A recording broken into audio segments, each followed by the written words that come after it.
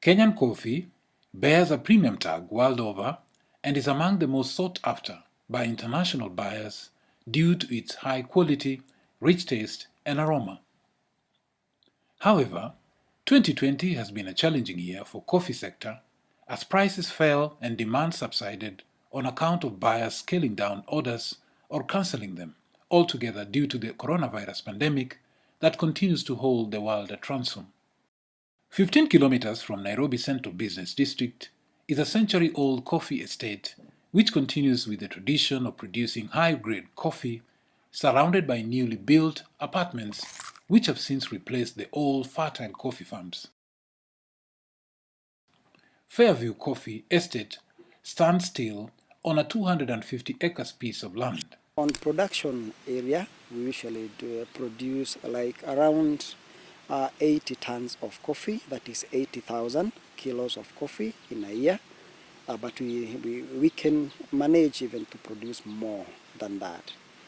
Our production, it is based on the good crop husbandry that usually follows all the way from harvesting, all the way from production. When we have the flowering, when they come, we usually give the best practices for pruning. We do some weeding, we do fertilizer application, and all those considered together, that is how we end up getting the best crop at the end of the year. Fairview Coffee Estate is among a handful of producers of specialty coffee which have been known to fetch higher prices on the international market.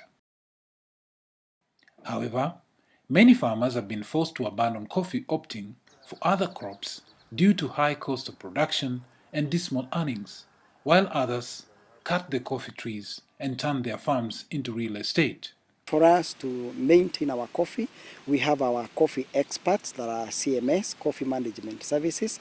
They are the ones who usually offer day-to-day running of all the activities that we do have. And while some abandon coffee farming, the estate has adopted value addition to incorporate tourism as part of its strategy to increase sales and make extra income amid the health pandemic that either saw buyers cut orders or cancel them altogether. The estate prides itself as a specialty coffee producer, exporting 80% of its highest grades, AA, AB, and PB, already roasted to buyers in Europe.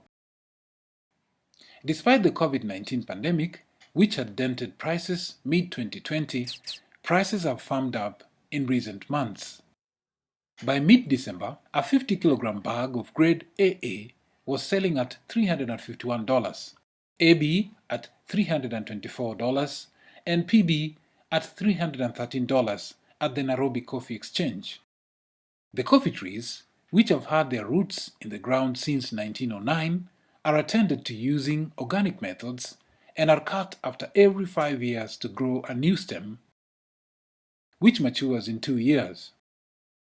Upon maturity, the coffee cherries are meticulously picked by hand by a group of women who are paid 120 shillings per bucket of cherries.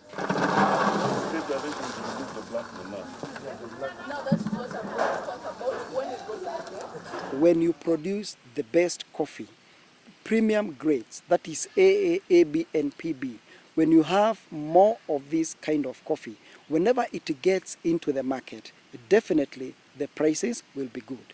Because in the market, what drives the income is the quality. In 2019, the farm received 12,000 visitors, with the number expected to be higher by the close of 2020. Visitors at the farm are taken through the coffee milling process from farm to picking of the cherries, sorting, grading, roasting, and even get to taste various grades of coffee. We do educational tourism, so when tourists come to the coffee farm, we tell them about the history of coffee in Kenya. We show them how we grow the coffee, our sustainable practices, how the coffee is roasted. They go through a tasting process, so they get the knowledge and they also get to know. So that way they are able to Yeah, that way they are able to know about the coffee and even know about us. So we also promote local content.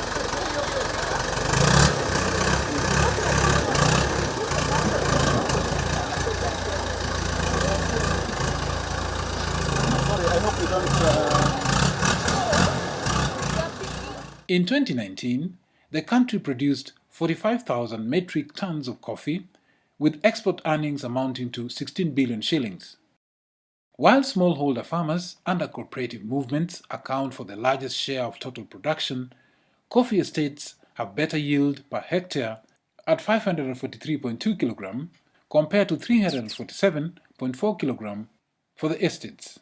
Out of the total coffee produced in 2019, cooperatives produced 30.9 thousand tons on 90.8 hectares compared to 14.1 from the estates, which occupy 25.4 hectares.